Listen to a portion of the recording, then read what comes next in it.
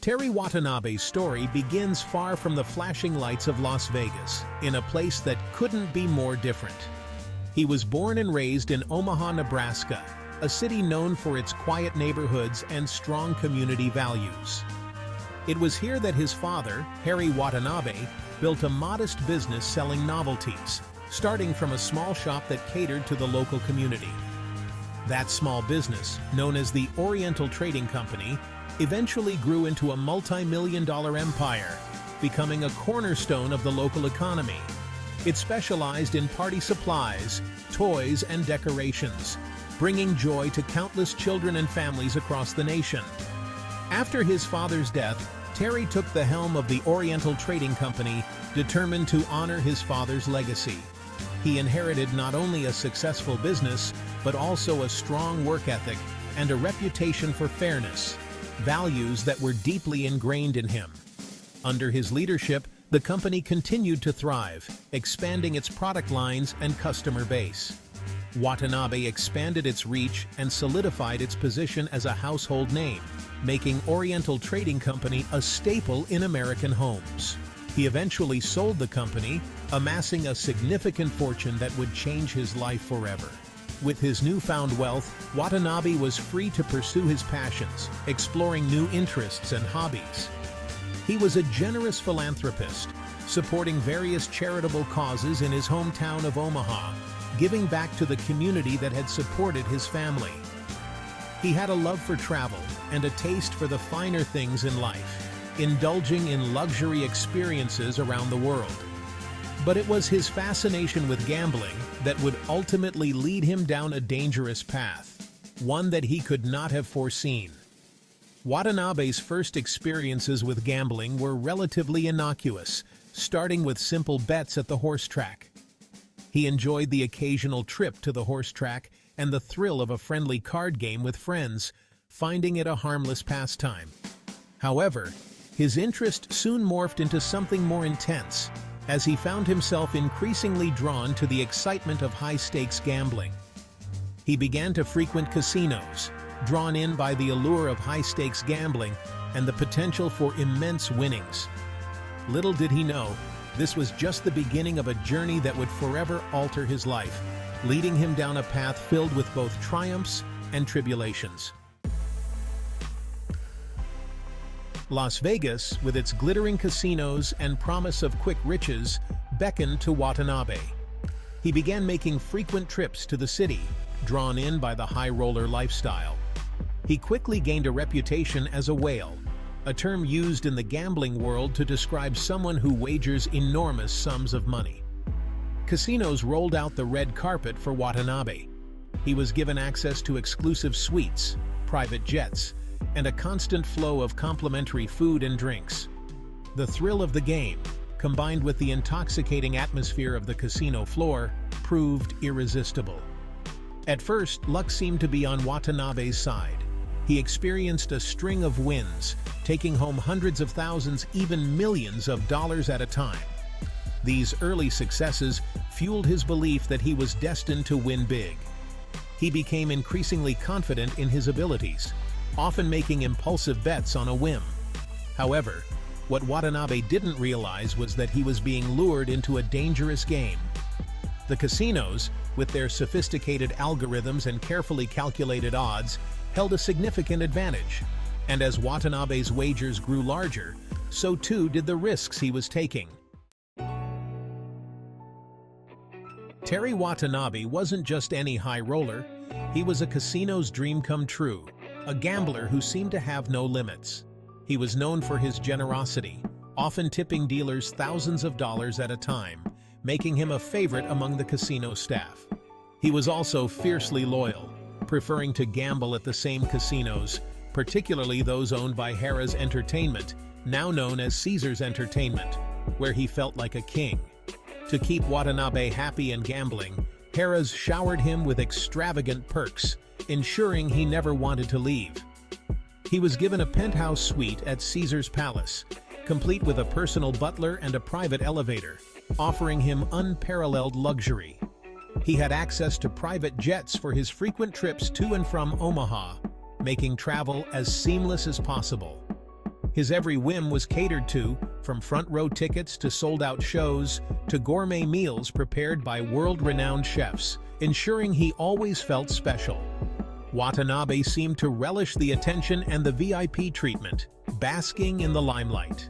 He became a fixture on the casino floor, often gambling for hours on end, surrounded by a coterie of casino staff catering to his every need, ensuring he never felt alone. He was living the high life, a far cry from his humble beginnings in Omaha, enjoying every moment of his newfound status. But beneath the surface of luxury and indulgence, a darker story was unfolding, one that would eventually come to light.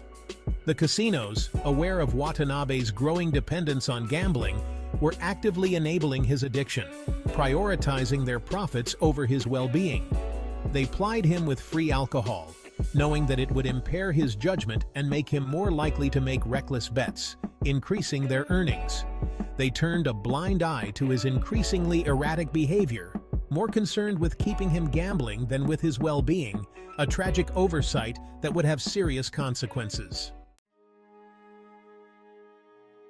Section 4. The House Always Wins. A year of staggering losses.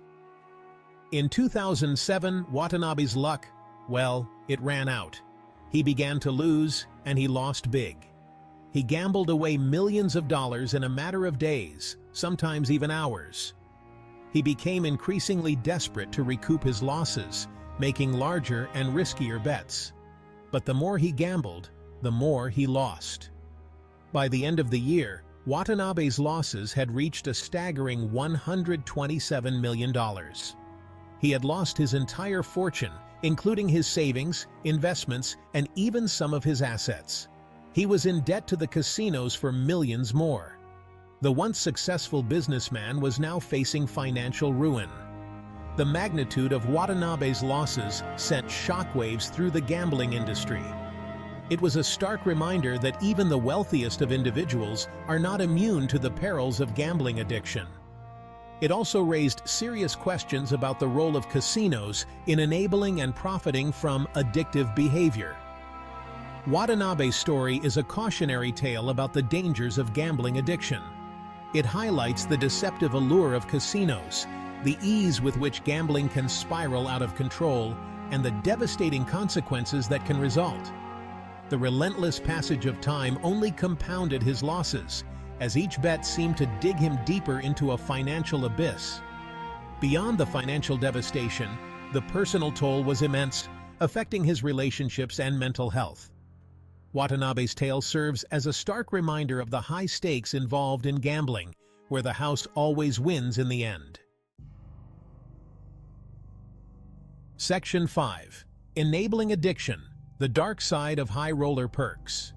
While casinos marketed their VIP treatment of Watanabe as exceptional customer service, a darker truth lurked beneath the surface. Watanabe's lavish perks, far from being gestures of generosity, were calculated tools to keep him gambling. The casinos understood the addictive nature of gambling and were willing to exploit Watanabe's vulnerability for their own profit. The constant flow of free alcohol was a particularly insidious tactic. Alcohol lowers inhibitions and impairs judgment, making individuals more likely to make impulsive and risky decisions. The casinos knew this and ensured that Watanabe always had a drink in hand, encouraging him to consume even when he showed signs of intoxication. There were also allegations of casinos providing Watanabe with prescription drugs to keep him awake and gambling for longer periods. These drugs, often prescribed for conditions like attention deficit hyperactivity disorder, can be highly addictive and have a range of side effects, including impaired judgment and increased impulsivity. By providing Watanabe with alcohol and drugs, the casinos were actively contributing to his downfall. They were exploiting his addiction for their own financial gain, disregarding the devastating consequences of their actions. Section 6. A landmark lawsuit. Watanabe fights back against Harrah's. In 2009, Watanabe filed a lawsuit against Harrah's Entertainment. He alleged that the casino giant had engaged in a pattern of predatory and unethical behavior, knowingly exploiting his gambling addiction for profit. He claimed that they had plied him with alcohol and drugs, encouraged his reckless betting, and even turned a blind eye to his pleas for help. The lawsuit sent shockwaves through the gambling industry. It brought to light the often hidden world of high roller gambling and the lengths to which casinos would go to attract and retain their most profitable customers. It also raised important questions about the responsibility of casinos to prevent and address gambling addiction. Harrah's denied any wrongdoing, claiming that Watanabe was a consenting adult responsible for his own actions. They argued that they had merely provided him with the same level of service and perks offered to all their high roller clients. The legal battle dragged on for 2 years, generating significant media attention and sparking a national conversation about gambling addiction and corporate responsibility.